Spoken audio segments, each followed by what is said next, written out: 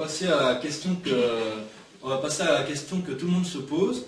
Alors, Paul, est-ce que le Reiki, ça marche vraiment? Est-ce que c'est prouvé scientifiquement?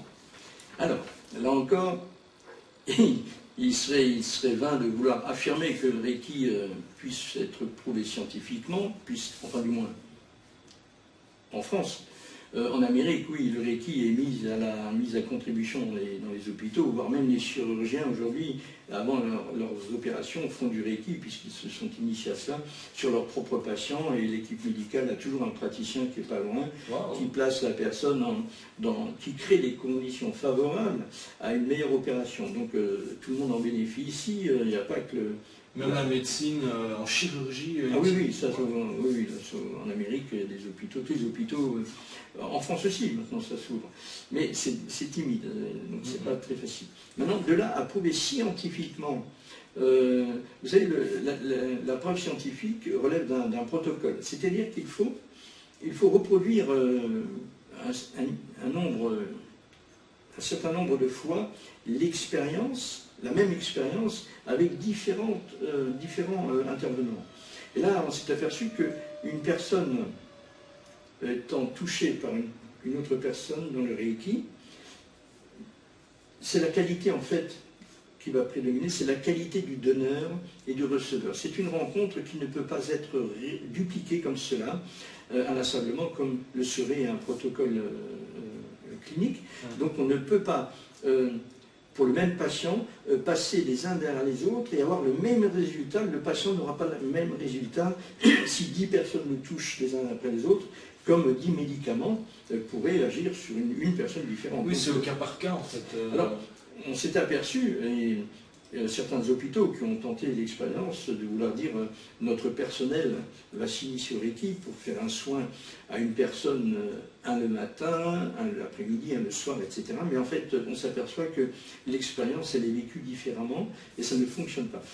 Il est une chose importante qu'il faut savoir, c'est qu'il y a des paramètres très particuliers qui vont fonctionner mieux ou moins selon la rencontre entre deux personnes. Et c'est ce qui va faire la différence. Donc scientifiquement, on ne pourra pas aller au bout du protocole, ce serait très long, et il y aurait des fluctuations telles qu'on pourrait douter à un moment donné que le Reiki fonctionne, alors qu'avec d'autres, ça fonctionne bien. Donc il n'y a pas de protocole possible scientifiquement.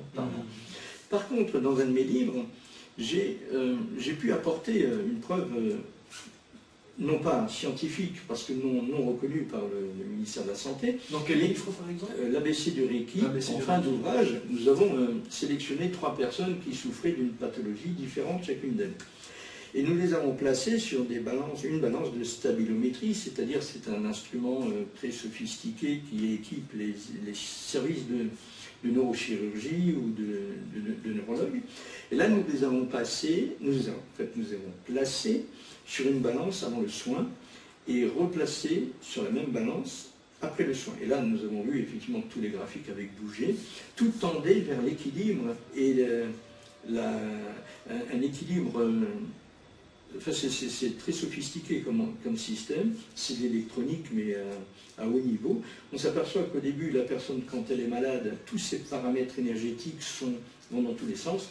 Et là, on voyait qu'après un soin, elle retrouvait son idéal de santé.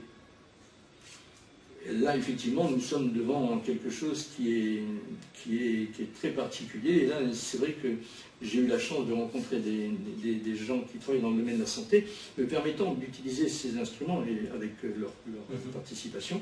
Et à ce jour, il n'y a pas d'autres révélateurs de preuves, entre guillemets, scientifiques que le Reiki ait fonctionné. Mais là, on a bien dû admettre que la personne, après les soins, allait beaucoup mieux. Après une séance, tout était en train de se caler, tel que un bilan de santé est calé par définition quand la personne n'est pas malade.